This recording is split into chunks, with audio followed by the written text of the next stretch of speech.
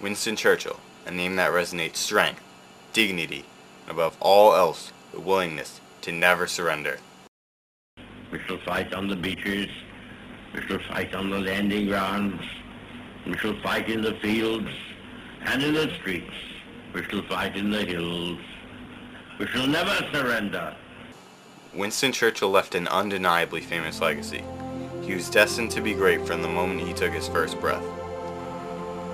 Winston Churchill was born in Blenheim Palace in England on the night of November 30th, 1874, to the great Lord Randolph Churchill and Jenny Jerome. As a child, he was often away from his parents because they were frequently at parties or other social gatherings. Churchill was not bothered by this. He in fact adored his father and mother. But what brought him the most joy as a child was his lead soldiers, which he would order around like he was a 5-star general. But he would eventually substitute his lead soldiers for real men.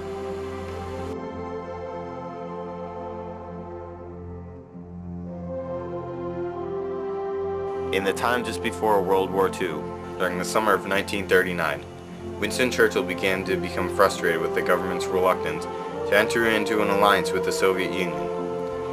He was also disturbed by the apparent desire of Prime Minister Neville Chamberlain to come to some sort of agreement with Hitler. Soon the public was calling for Churchill to be appointed to the cabinet.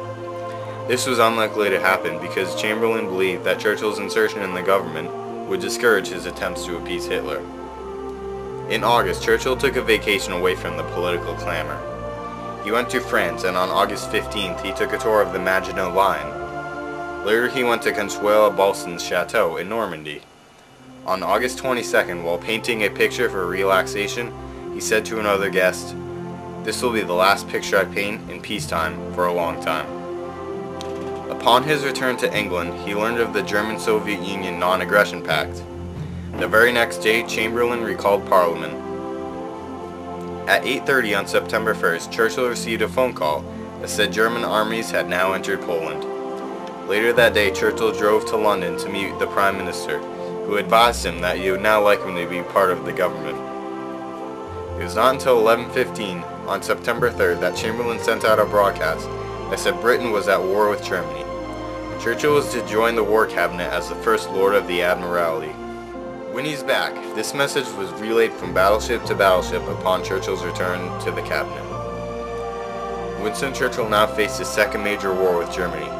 When he returned to his office, he found the same charts he had used when he left in May 1915. Churchill was a very active leader. He involved himself in almost every issue. But Winston was convinced that Britain must not be hesitant in its efforts to win the war. He recommended an army of 55 divisions by 1941. With 20 divisions ready to stand beside the French by the spring of 1940. Later, Churchill received a most unusual letter from the President of the United States, Franklin D. Roosevelt, which said, "What I want you and the Prime Minister to know is that I shall at all times welcome it if you will keep me in touch personally with anything you want me to know about." With cabinet approval, thus began some of the most famous correspondence in history, and an alliance absolutely critical to final victory. Roosevelt would work alongside Churchill throughout the war, being his greatest ally. The next year in April, the Allied Supreme War Council was agreeing to mine the harbors of Norway, while Hitler was issuing the order for the German invasion of the Scandinavian country. Everyone was aware of the importance of Swedish ore to the German war effort, and the Norwegian port Narvik was the port through which most of it was shipped. Churchill wanted to attack German supply lines by floating mines on the Rhine, but the French feared German retaliation. Winston went to Paris to try and convince his allies, but he was unsuccessful. Unfortunately, his trip to Paris delayed action in Norway, and Chamberlain was unable to take action while Churchill was away in Paris, and German paratroopers were already being dropped on major centers in Denmark and Norway. Churchill felt that Hitler had committed a grave strategic error because his forces could now be isolated by British naval forces. But because of heavy snow and bitter cold, the British were unable to make an effort. Many people began to question the government, and on May 7th, a parliamentary debate on the war effort began. Amidst this debate, Neville Chamberlain resigned. It seemed the fate of the government was sealed. On May 10th, as the German blitzkrieg was being unleashed on Holland, Belgium, Luxembourg, and France, King George VI summoned Churchill to Buckingham Palace to ask him to form a government. Churchill now had to do something great and save the country as a new Prime Minister. The facts as Churchill saw them would lead to ultimate victory, and as he was to tell the British people, "You ask, what is our aim? I can answer in one word: victory. Victory at all costs. Victory in spite of all terror. Victory however long and hard the road may be. For without victory there is no survival." In a famous speech to the House of Commons, Churchill says, "I have nothing to offer but blood, toil, tears, and sweat." Upon becoming Prime Minister, his greatest problem was supervising the withdrawal of Allied troops from the beaches of Dunkirk. In May, there were 350,000 soldiers that were being bombarded by the Germans in a pocket at Dunkirk on the Channel coast. Churchill needed to get these soldiers out of the jaws of death so they can act on the tasks that lie immediately ahead. Churchill was able to complete this goal greatly. When General Alexander finally left, 335,000 troops had been evacuated, and eventually all of the Britain Army was evacuated. Churchill could not have done better. On June 14th, Paris fell, and as Hitler prepared to go to Compiègne to accept the French surrender, Churchill sent out his most famous call to arms. "Let us, therefore, brace ourselves to our duties, and so bear ourselves that if the British Empire and its Commonwealth last for 1,000 years, men will still say, this was their finest hour." A German invasion seemed imminent.